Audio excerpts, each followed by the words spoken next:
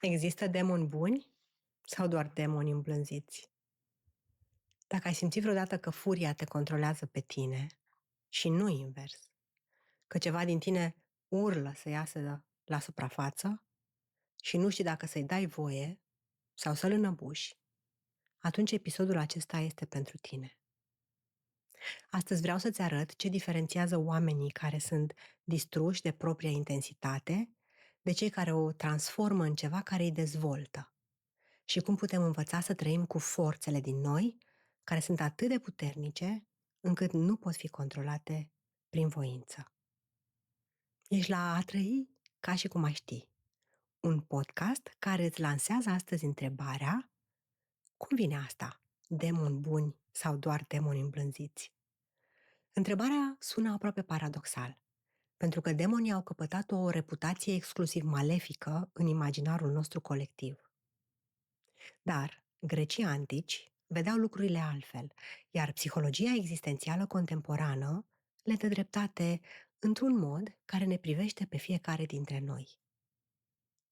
Când Shakespeare scria despre demonii sufletului, el nu inventa nimic, descria ceva real. Astăzi vreau să-ți povestesc despre doi artiști italieni contemporani cu Shakespeare, doi pictori faimoși care au trăit traume devastatoare, au simțit aceeași furie arzătoare și au produs o artă extraordinară. Unul a murit la 38 de ani, fugind de consecințele crimelor sale, cu o recompensă pusă pe viața sa. Iar cealaltă a trăit până la 60 de ani, respectată, cu o carieră strălucită și cu patroni regali. Aceeași forță interioară, aceeași intensitate creatoare, destine complet opuse. Ce i-a separat? Înainte de a intra în cele două povești, trebuie să clarific ce înțeleg prin demoni în contextul de astăzi, pentru că eu nu vorbesc despre entități supranaturale, ci despre ceva mult mai real și mai aproape de experiența noastră cotidiană. Grecii antici foloseau termenul daimon pentru a descrie o forță interioară, un curent psihic care ne impulsionează, un spirit care ne determină acțiunile și ne modelează destinul. Acest daimon nu era nici bun, nici rău în sine, ci pur și simplu intens, puternic, capabil să preia controlul întregii noastre ființe atunci când găsește ocazia. Rollo May, unul dintre fondatorii psihologiei existențiale, a definit daimonicul ca orice funcție naturală care ar putea prelua întreaga persoană. Poate fi sexualitatea, poate fi furia, poate fi nevoia de a crea, poate fi ambiția, poate fi dragostea. Această capacitate de posesiune nu este inerent bună sau rea. Conține ambele posibilități și este exact opusul demonului malefic din tradiția creștină. Când această forță e canalizată conștient, ea devine sursă de creativitate, de pasiune, de viață autentică. Iar când scapă de sub control și ne posedă, devine distructivă. Stephen Diamond, psiholog și fost student al lui Rollo May, a dezvoltat această idee în cartea sa despre furie, nebunie și daimonic. Diamond face o distincție care mi se pare importantă pentru discuția noastră de astăzi. El amintește despre distincția dintre eudaimonia și disdaimonia. Eudaimonia înseamnă, literal, a trăi cu un demon bun, a fi în armonie cu forțele interioare intense, a le redirecționa conștient spre ceva constructiv. Iar disdaimonia, în schimb, înseamnă a fi posedat de aceste forțe, a le lăsa să te controleze și a deveni prizonierul propriei intensități. Diamond observă ceva contraintuitiv. Cea mai mare parte a violenței nu provine din prezența furiei, ci din reprimarea ei. Furia și intensitatea sunt componente fundamentale ale naturii umane, iar atitudinea pe care o adoptăm față de ele determină dacă se vor manifesta destructiv, când sunt negate și împinse în inconștient, sau constructiv, când sunt conștient acceptate și canalizate. Și poate te gândești că aceste concepte sună abstract, că se studiază doar la cursurile de psihoterapie de la facultate sau că sunt folositoare diferiților intelectuali cărora le place să se joace cu noțiuni de pe vremea lui Platon, dar că nu sunt utile oamenilor obișnuiți, care merg la serviciu, cresc copii și plătesc facturi. Dar daimonicul nu ține cont de statutul social și nici de ocupație. Fiecare dintre noi a simțit momente când furia părea de nestăpânit, când o pierdere ne-a zdrobit și am simțit că ceva din noi vrea să strige, să distrugă, să facă orice ca durerea să înceteze. Întrebarea nu e dacă ai aceste forțe în tine, pentru că le ai, le avem cu toții. Întrebarea e ce faci cu ele când îți cer atenția. Și pentru a înțelege asta, trebuie să ne întoarcem în Italia Renașterii târzii, la doi artiști a căror viață ilustrează perfect diferența dintre eudaimonia și disdaimonia. Michelangelo Merisi, pe care lumea îl cunoaște sub numele de Caravaggio, s-a născut în 1571 într-o familie de condiție modestă din Milano. Tatăl său lucra în calitate de constructor pentru marchizul local. Copilăria părea să aibă un curs normal, poate chiar promițător. Și apoi a venit ciuma. În vara anului 1576, Milano a fost devastat de epidemia de ciumă bubonică. Aproximativ o cincime din populația orașului a murit în câteva luni. Familia Merisi a fugit în orășelul Caravaggio, la țară, sperând să scape de molimă. Dar nu au scăpat. În toamna anului 1577, în doar câteva zile, micul Michelangelo a asistat la moartea tatălui său, a bunicului patern, a bunicii paterne și a unchiului. La numai 6 ani, băiatul pierduse aproape toți bărbații adulți semnificativi din familia sa. Iar 7 ani mai târziu, când avea 13 ani, i-a murit și mama. Andrew Graham Dixon, unul dintre cei mai respectați biografi al lui Caravaggio, observă că temperamentul nestăpânit și profundul sentiment de abandon al artistului își au probabil originile în acele evenimente traumatice ale copilăriei timpurii. Dar ce urmează în viața lui Caravaggio depășește orice explicație lineară de genul pierdere egal traumă. Documentele din perioada formării sale la Milano consemnează deja un tânăr certăreț și dezordonat, implicat în bătăi cu bande de tineri. E aproape firesc, nu? Un copil fără niciun fel de supraveghere masculină. Ce poate face? Intră într-o gașcă, se bate, vrea să se simtă și să fie puternic. Iar asta o face prin forța pumnului, prin violență. Unele surse timpurii sugerează că ar fi comis o crimă înainte de a fugi spre Roma, deși dovezile rămân neconcludente.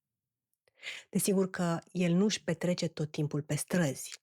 Ajunge și în atelierul unui pictor, care îl învață arta penelului și a culorilor și care îi recunoaște talentul. Ce e cert e că odată ajuns la Roma și recunoscut ca pictor genial, Caravaggio nu s-a liniștit. Dimpotrivă, succesul artistic a fost însoțit de o escaladare constantă a violenței. Între 1600 și 1606 apare în 14 rapoarte de poliție. E încarcerat de cel puțin 6 ori. Și nu vorbim despre încălcări minore. De exemplu, în noiembrie 1600, îl bate cu un baston pe un nobil care era oaspetele propriului său patron. 3 ani mai târziu i-a arestat pentru că a scris poeme obscene despre un rival pe care îl numește în loc de Giovanni Baglioni, fără subtilitate, Giovanni Coglione, care este evident o ofensă pe care o înțeleg vorbitorii de limbă italiană. Altădată îi aruncă unui ospătar o farfurie de anghinare în față pentru că acesta nu știa să-i răspundă care porție e prăjită în ulei și care nu. Sparge ferestrele proprietarei care îl dăduse în judecată pentru chirie neplătită. Altădată aruncă cu pietre în polițiști sau insultă ofițeri. Poartă ilegal spadă și pumnal, iar mai apoi, în 1606, ucide. Ranuccio Tomasoni, victima, era un tânăr nobil, cu reputație de gangster și spadasin. Versiunea oficială vorbește despre o ceartă la un meci de tenis, iar alte surse sugerează o dispută din cauza unei prostituate care poza pentru picturile lui Caravaggio. Cert e că Tomasoni a murit, iar Caravaggio a fost condamnat la moarte în contumacie de Papa Paul al V-lea. Practic oricine îl putea ucide legal, iar dovada ar fi fost capul tăiat adus autorităților. Ceea ce urmează în ultimii 4 ani ai vieții lui Caravaggio e un pattern aproape de manual de pierdere a oricărui control psihologic. Fuge la Napoli, unde continuă să picteze și să primească comenzi importante, iar apoi pleacă în Malta, unde cavalerii Ordinului Sfântului Ioan îl primesc și oferă o cale de reabilitare, care ar fi putut aduce iertarea papală.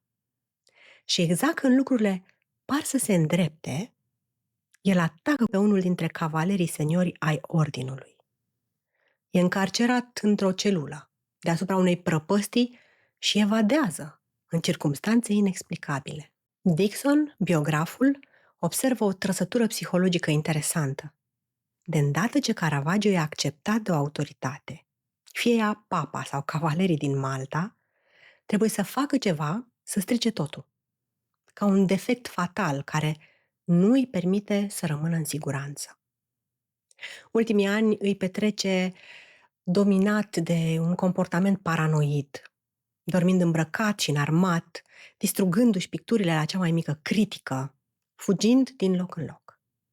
Iar în 1609 e atacat și desfigurat la față, posibil de familia lui Tomasoni sau chiar de cavalerii maltezi pe care îi ofensase. În iulie 1610, la doar 38 de ani, moare de febră la Porto Ercole, încercând încă să obțină o iertare care însă nu a venit niciodată în timpul vieții. Și poate te gândești că povestea lui Caravaggio e extremă, că nimeni din viața ta obișnuită nu ucide oameni pentru că s-a înfuriat la un meci și apoi nu fuge de sentințe.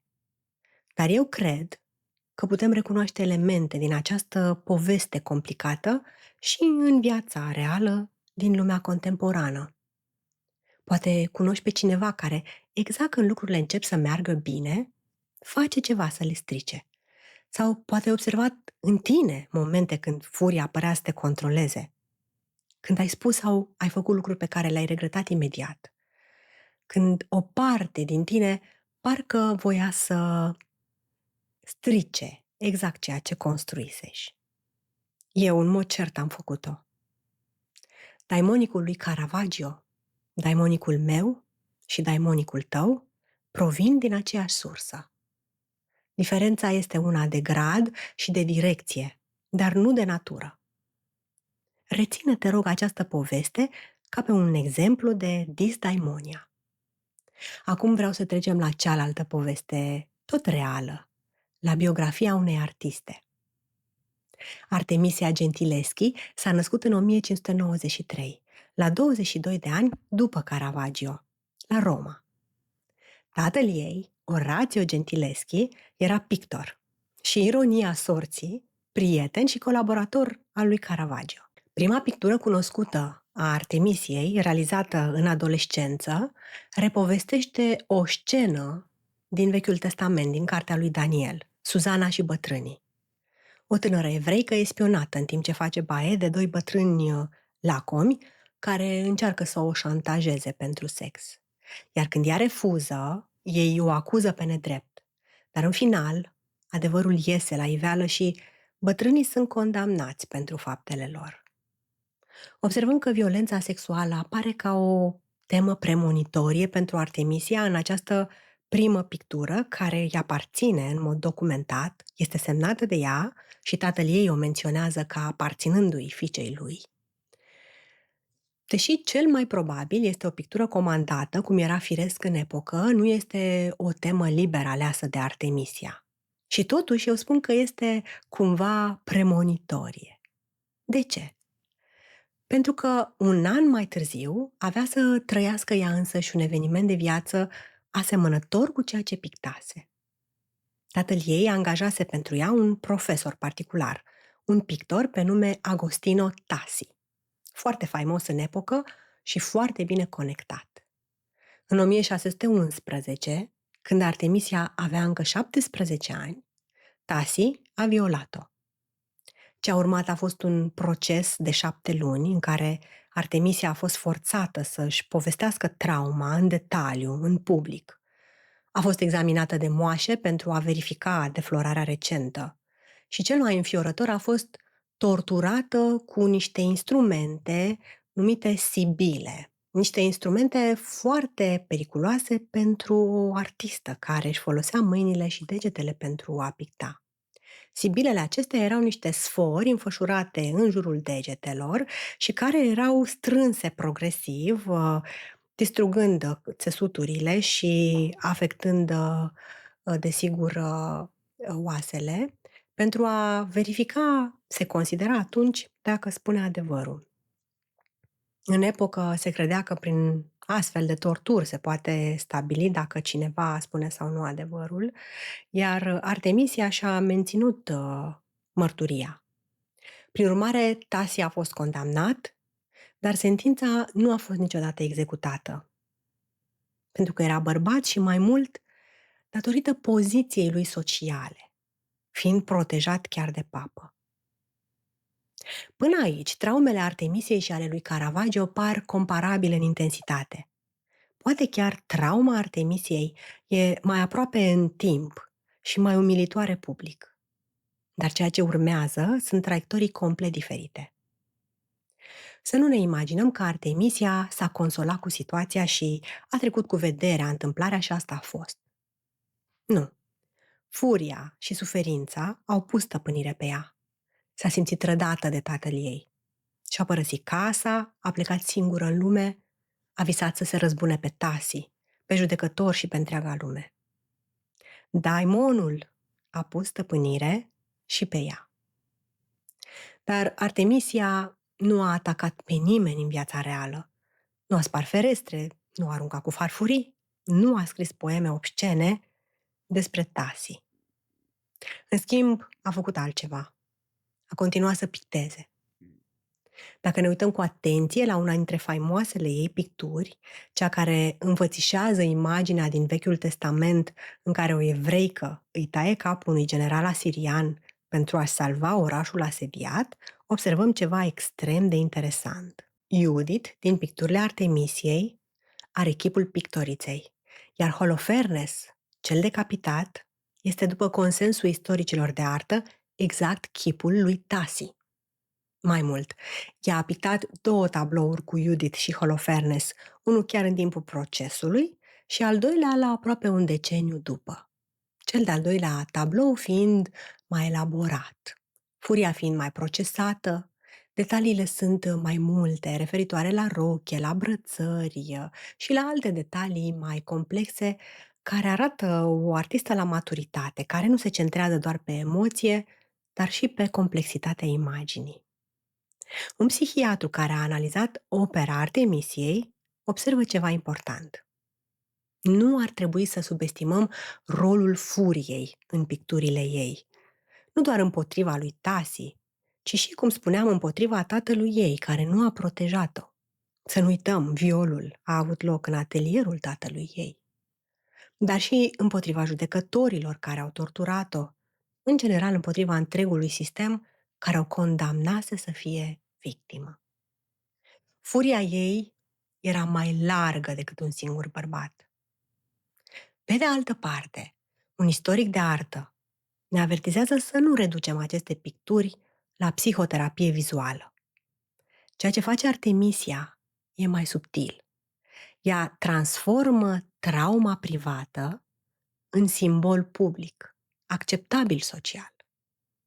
Ea codifică experiența personală a violenței în niște narațiuni biblice și mitologice, recognoscibile, care astfel devin accesibile unei audiențe mai largi și devin meditații asupra curajului, asupra rezistenței și puterii feminine, fără ca privitorii să fie nevoiți să cunoască biografia pictoriței pentru a recunoaște astfel profunzimea psihologică a scenelor.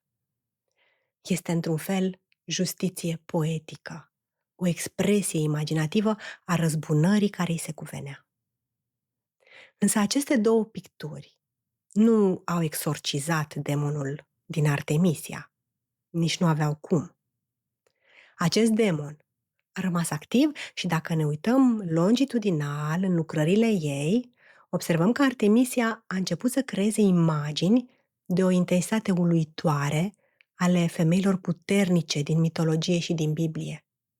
Femei care nu sunt victime pasive, ci acționează, se răzbună, supraviețuiesc. În același an, cu a doua Judith, ea pictează o altă scenă biblică, în care o femeie face dreptate unui bărbat. Jael și Sisera. Povestea vine tot din Vechiul Testament. Israeliții erau asupriți de canaaniți, iar o prorociță pe nume Debora a prezis că victoria nu va veni printr-un bărbat, ci printr-o femeie. Sisera, temutul general al armatei inamice, a fost învins în luptă și a fugit pe jos. A ajuns în cortul unei femei pe nume Jael și i-a cerut adăpost. Ea l-a primit, i-a dat să bea lapte, l-a acoperit cu o pătură, gesturi de ospitalitate sacră în cultura antică. Sisera, epuizat, a adormit. Și atunci Jael a luat un țăruș de cort și un ciocan, obiecte casnice, să spunem, de femeie, nu arme de război, și l-a înfipt în tâmplă. Artemisia pictează exact momentul acela. Femeia cu ciocanul ridicat, generalul vulnerabil, inversarea completă a puterii. O femeie care folosește exact ceea ce are la îndemână pentru a face dreptate. Judith tăind capul lui Holofernes. Jael cu țărușul în mână. Suzana opunându-se bărbaților cu gânduri rele. Iar mai târziu alte femei, Lucreția, Dalila, Cleopatra. Nu sunt doar protagoniste puternice, dar ele, în aceste picturi, mai au și niște aliate la fel de puternice, pentru că Artemisia le reprezintă și pe celelalte femei. La fel. De exemplu, slujnica lui Judith, pe care Caravaggio, exact în aceeași scenă, o ilustrase ca pe o bătrână pasivă, devine la Artemisia o parteneră egală a lui Judith. O femeie tânără, camaradă, egală în putere mentală și fizică cu Judith. Acest lucru era ceva nou complet pentru picturile vremii, căci de obicei femeile erau înfățișate ca decorative, delicate, bune de admirat sau de privit, dar nu luând o sabie grea de general, tăind capul și punându-l într-un coș și apoi strecurându-se cu șiretenie și curaj în afara taberei inamice pentru a demonstra înfrângerea dușmanului. Artemisia, cea violată și trădată în public, în schimb, cu pensula ei înmuiată în umbra daimonului ei, ne arată pentru prima oară femeia într-o postură nouă. Femeia care și-a soarta în mână, nu așteaptă să fie salvată de alții, pentru că știe deja ce pot face alții pentru ea. Dar violența Artemisiei a rămas în pictură. În afara atelierului a construit o carieră remarcabilă. A devenit prima femeie admisă în prestigioasa Academia del Disegno din Florența. A avut ca patroni familia Medici, pe Carol I al Angliei și pe Filip al IV-lea al Spaniei. A corespondat cu Galileo, a avut grijă de familia ei, a condus un atelier, a format ucenici, a făcut picturi în colaborare cu alți pictori. Documentele păstrate, scrisori către patroni, contracte, inventare, dezvăluie o femeie care și-a gestionat propriul atelier, a negociat prețuri, s-a mutat strategic între centre artistice majore și și-a câștigat existența prin munca ei. Reușite extraordinare într-o epocă în care femeile aveau acces extrem de limitat la educație, la călătorii independente și la tranzacții comerciale autonome. Într-una dintre scrisorile către un patron, Artemisia scrie cu o încredere care mi se pare admirabilă. Voi arăta ilustrei voastre domnii ce poate face o femeie. Personalitatea care emerge din aceste documente nu este cea a unei victime permanente sau a unei eroine care se identifică cu trauma ei, ci a unei profesioniste calculate, care înțelege perfect dinamica puterii și care a navigat strategic printre constrângerile de gen ale epocii, construindu-și astfel o carieră comparabilă ca amploare și prestigiu cu cea a marilor maestri masculini din epoca ei. A murit în jurul vârstei de 60 de ani, respectată, cu o operă vastă, pe care o admirăm și astăzi. Acesta este deci exemplu biografic despre Eudaimonia. Diferența dintre Artemisia și Caravaggio nu e că ea a avut mai puțină furie sau că trauma ei a fost mai ușor de dus. Diferența e că Artemisia a reușit ceea ce Stephen Diamond numește redirecționare conștientă. Daimonii ei, furia, ambiția, nevoia de afirmare, nevoia de a fi pe același picior cu bărbații, nu au fost reprimați, ceea ce ar fi dus la apatie, de exemplu, sau la explozii de violență necontrolată. Dar acești daimoni nici nu au fost lăsați să o posede destructiv, adică să devină obsedată de victimizare sau să caute să se răzbune în viața reală sau, dimpotrivă, să caute să se autodistrugă. Ei au fost conștient integrați și transformați într-o forță creativă. Și pentru a înțelege acest aspect mai bine, fac iarăși apel la Rollo May, care în una dintre primele lui cărți, intitulată Love and Will, Iubire și voință, explică foarte bine importanța acestor doi poli care se unifică în forța creativă. În termenii lui Rollo May, Artemisia a reușit să unifice dragostea pentru artă, pentru frumos, chiar și pentru adevărul psihologic, cu voința, hotărârea de a reuși într-o profesie dominată de bărbați, într-o lume dominată de bărbați și de a-și impune talentul, apoi puterea de a negocia plăți corecte pentru lucrările sale. A evitat astfel atât conformismul vremii, care cumva îi cerea supunere la așteptările sociale, inclusiv la ideea că femeile violate sunt un fapt al vieții și că trebuie să se obișnuiască cu asta. Deci, pe de o parte a evitat supunerea, dar pe de altă parte a reușit să evite și furia haotică care ar fi fost transferată, transpusă în lipsa unei practici disciplinate.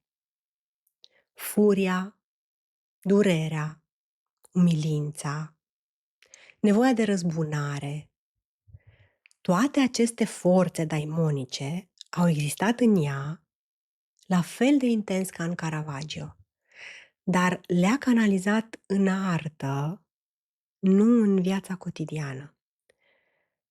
Am putea spune că a găsit un container pentru intensitatea ei, un loc unde demonii puteau să se exprime fără să distrugă totul în jur. Ei, asta e eudaimonia, un mod în care demonii nu sunt goniți sau eliminați, ci îmblânziți, cumva transformați. Poate e prea mult spus domesticiți, dar transformați în aliați ai vieții în loc de dușmani ai ei. Și aici ajungem la întrebarea care ne privește direct. Chiar dacă nu suntem artiști geniali de nivelul lui Caravaggio sau ai Artemisiei. Și chiar dacă suferințele noastre sunt diferite, mai simple, mai ponderate, chiar dacă viața noastră este obișnuită în comparație cu acelor doi. Prin urmare, ce facem noi cu furia, cu durerea, cu aceste elemente atât de intense care uneori amenință să ne copleșească? Ce putem învăța noi din aceste două povești? Prima lecție este următoarea. Creativitatea singură nu vindecă. Una dintre iluziile despre procesarea traumei e că a crea ceva, orice, e suficient. Caravaggio era un geniu artistic, un revoluționar care a schimbat pentru totdeauna pictura europeană prin modul unic în care trata lumina și întunericul. De atunci există termenul chiarobscuro, clar-obscur. A creat capodopere în timp ce fugea de poliție sau în timp ce era condamnat la moarte sau în timp ce efectiv viața lui se dezintegra.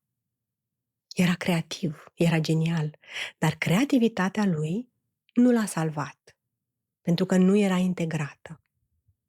Arta lui exprima daimonicul, dar nu reușea să-l canalizeze complet. Furia continua să se reverse în viața reală, separată de actul creativ.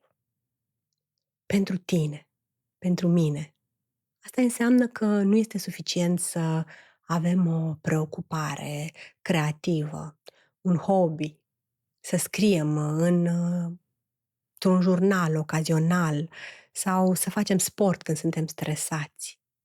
Întrebarea este dacă activitățile acestea creative absorb cu adevărat intensitatea pe care o purtăm în noi sau doar o amână temporar. A doua lecție. Conștientizarea este necesară, dar nu este suficientă. Caravaggio părea să aibă momente de conștientizare, de insight în propria destructivitate. În ultimii ani ai vieții și-a pictat propria față, cu capul decapitat în cel puțin 2 tablouri. În David cu capul lui Goliat și în Salomea cu capul lui Ioan Botezătorul. Chiar pe sabia lui David a inscripționat în latină umilința ucide mândria. Deci vedea ceva din ce îi se întâmpla, dar această vedere nu i-a schimbat comportamentul. Prin urmare, eudaimonia cere mai mult decât insight. Este nevoie de o practică repetată. Este ajutată de structuri care să susțină redirecționarea și cere adesea relații care să funcționeze ca oglinzi și, la un moment dat, de asemenea, ca și containere. Artemisia avea un sistem de susținere socială în jurul ei, avea o structură. Pe când la Caravaggio, de câte ori ceva se structura în jurul lui, el distrugea rețeaua, ca nu cumva aceea să fie, poate, distrusă iar din exterior de o altă ciumă simbolică. A treia lecție privește ciclul autosabotării. Patternul lui Caravaggio de a distruge exact ceea ce construise, de a ataca tocmai pe cei care îl protejau, apare și în viețile obișnuite, chiar dacă la scară mai mică.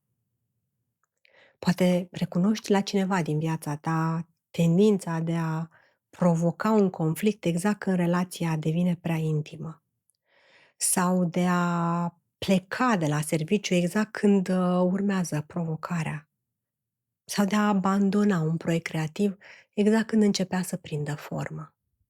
Acest pattern vine din aceeași sursă. O parte din noi care nu se simte în siguranță cu succesul, cu intimitatea, cu stabilitatea. O parte care e obișnuită cu haosul și care recrează haos când lucrurile devin prea liniștite. Desigur că a recunoaște acest pattern este primul pas, dar partea mai grea este aceea de a construi structurile care să contracareze, iar aceasta poate fi o muncă pentru care uneori e posibil să ai nevoie de îndrumare suplimentară. A patra lecție. Containerul contează. Artemisia a avut ceva ce Caravaggio nu a avut sau nu a putut folosi. Acest conținător pentru furie, care în cazul ei funcționa. Atelierul ei, practica zilnică de a picta, ritualurile ei de a transforma durerea în imagini, toate acestea au creat un spațiu protejat unde daimonicul putea să se exprime fără consecințe devastatoare și în plan relațional, social.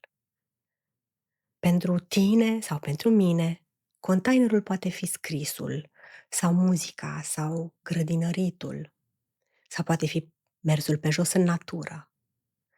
Poate fi o conversație cu un terapeut sau cu un prieten de încredere. Să ne amintim de Jung, cel care și-a construit un turn de piatră, turnul de la Böllingen, pe malul lacului Zurich, unde petrecea luni întregi în fiecare an, fără niciun fel de confort al vieții moderne, dar care pentru el era foarte important, pentru că spunea că acolo el putea deveni cine era cu adevărat. Și chiar dacă ar fi drăguț să avem o casă în copac, deși suntem adulți, sau un astfel de turn, poate că totuși nu e nevoie de unul real. Dar ce e cert este că avem nevoie, atât fizic cât și temporal, de un spațiu care să fie al nostru. Important este să existe, să fie regulat, să fie suficient de mare pentru a absorbi intensitatea și suficient de structurat pentru a o conține.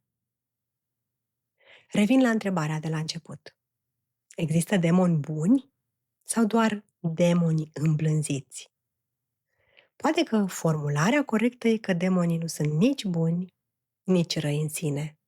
Sunt forțe, sunt energii, sunt intensități care există în lumea noastră psihică și care cer să fie exprimate și pe care este bine să încercăm să-i recunoaștem. Pentru că dacă rămânem orbi la ei, oricât de talentați am fi, oricât de speciali, oricât de norocoși, ne vom trezi că ne duc pe un drum fără ieșire. Caravaggio și Artemisia au fost bântuiți de aceleași forțe. Diferența a fost în răspunsul lor, în capacitatea sau incapacitatea de a construi un container, în prezența sau în absența conștientizării integrate. Sper ca experiența asta să rezoneze cu tine. Poate recunoști în propria viață momente de posesie, să spunem, de către forțe care par mai puternice decât tine. Gândește-te că, într-un fel, toți putem fi precum Caravaggio sau precum Artemisia. Diferența o face felul în care răspundem în fața propriilor demoni. Demonul de astăzi a fost furia creativă versus furia distructivă. Dar, așa cum spuneam și pe parcurs, există și alți demoni despre care putem vorbi în alte episoade. Pentru azi, mi-ar plăcea să ții minte asta. Eudaimonia nu e o trăsătură cu care te naști, pe care o primești odată și o ai pentru totdeauna. E o practică zilnică de renegociere cu forțele care ne animă psihicul. Și este decizia repetată de a le oferi un loc sigur, unde să se exprime, fără să distrugă ceea ce iubești. Dacă vrei să aprofundezi aceste informații despre demonii interiori, am pregătit un material complementar de studiu pe care îl poți descărca gratuit din descrierea episodului. Materialul explică mai multe despre cele 4 forțe daimonice pe care le-a identificat Rolomei: Erosul, sexualitatea, furia și puterea. Vei găsi și o comparație interesantă între Caravaggio și Artemisia, ca să vezi concret Ce diferențiază răspunsul destructiv de cel constructiv? Și înainte de a încheia, te întreb ca de fiecare dată și te încurajez să îmi povestești ceva într-un comentariu. De data asta, desigur că te întreb dacă te-ai întâlnit vreodată cu demonul furiei și dacă ai simțit puterea acestuia. Sunt foarte curioasă cum ai reacționat și ce s-a întâmplat. Îți mulțumesc că ai ascultat și acest episod din A trăi ca și cum ai ști. Sper că vei continua să privești în continuare cu încântare picturile baroce ale lui Caravaggio și Artemisia. Până data viitoare, să fim bine cu demonii noștri!